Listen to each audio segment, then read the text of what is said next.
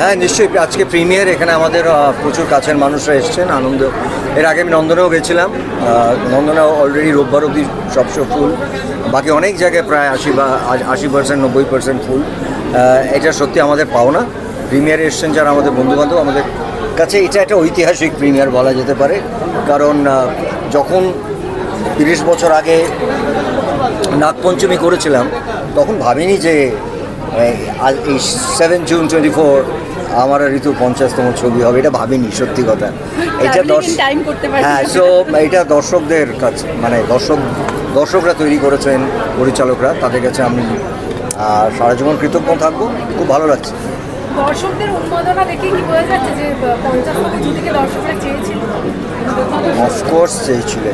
Of course চেয়েছিলেন, মানে তাদের ভালোবাসা শেষ হয়নি। আমরা পরিবর্তন ঘটিয়েছি, আমরা একরকম সিনেমা করতাম, এখন আরেক রকম সিনেমা করি, কিন্তু তাদের ভালোবাসা বা তাদের আমাদের দুজনকে একসঙ্গে হাসতে, ঝগড়া করতে, একটু কান্নাকাটি করতে, এই সমস্ত দেখতে এখনও পছন্দ করেন। সেটার হয়তো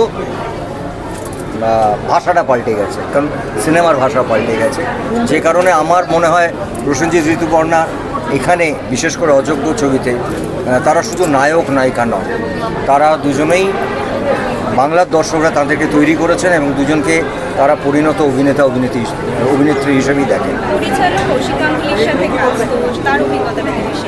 কৌশিক গাঙ্গুলির সাথে কাজ করার অভিজ্ঞতা আমার মনে ভারতবর্ষের যে কোনো অভিনেতা কৌশিকের সঙ্গে কাজ করতে চাইবে। আমাদের কাছে এটা আশীর্বাদ যে কৌশিক ইনিশিয়েট করেছেন, মানে এক কথায় একটা ছবি লেখা, স্ক্রিপ্ট লেখা না, উনি খুব দায়িত্ব নিয়ে আমাদের দুজনকে নিয়ে একসাথে, তার এই দায়িত্বটার জায়গা হচ্ছে যে দুটো মানুষ অক্লান্ত পরিশ্রম করে 50টা ছবি করেছে এবং এটা বহু বছর ধরে। সেই দায়িত্বটা যে কৌশিক নিয়েছেন সেটা ছবিটা দেখলে বোঝা যাবে, এবং এত যত্ন করে ছবিটা বানিয়েছেন। এবং শুধু কৌশিক কেন বলবো, আমি এই ফিল্মটার এভরি ডিপার্টমেন্ট তারা কাজ করেননি, তারা আমার মনে হয় বিকজ অফ আমার এবং ঋতুর এই ছবিতে থাকা এবং আমাদের 50তম ছবি বলে সবাই একটা স্পেশাল কেয়ার নিয়েছেন, প্রযোজক থেকে, পিআর থেকে, ইউনিটের সবাই, তারা ভীষণ যত্ন নিয়েছেন। এবং আজকে যেখানে ছবিগুলো চলছে, মানে INOX, PVR, single theatre, Star, Nandan, প্রত্যেকের না একটা ভালোবাসা জড়িয়ে আছে, সব দেখছি সব জায়গায়। এই ভালোবাসাটা বোধহয় আমরা অ্যাচিভ করতে পেরেছি গত 30 বছর ধরে। আচ্ছা ঋতু একটু বলুন। আমার মনে হয় যে এটা আমাদের কাছে একটা বিরাট প্রাপ্তির জায়গা, যে এরকম ধরনের উন্মাদনা, এরকম ধরনের মানে উচ্ছ্বাস এই পেয়ারকে জুড়ে, মানে এটা আমার কাছে একটা ভীষণ বড় দেখার বিষয়। কারণ জীবনটা ইজ ফুল অফ সারপ্রাইজেস, তো এরকম একটা বড় সারপ্রাইজও আমাদের জন্য অপেক্ষা করছিল। তবে কিছুটা বলবো আমি সারপ্রাইজ নই, কারণ আমি জানি মানুষ আমাদের কতটা ভালোবেসে, মানে they keep us close to their heart.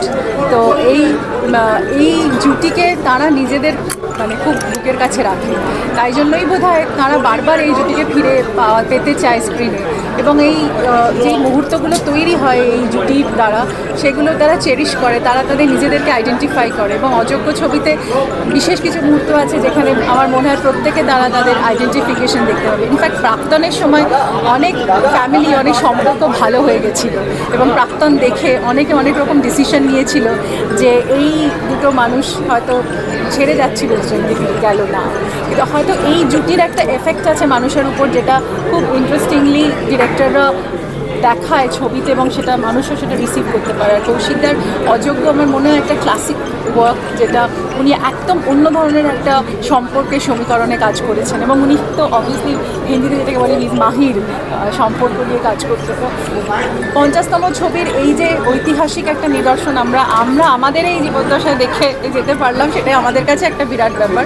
এরপরে আমার মনে হয় যখন ইতিহাসে থাকবে তখন নিশ্চয়ই পরের জেনারেশনরাও এই 50তম জুটির দ্বারা ইন্সপায়ার্ড হবে।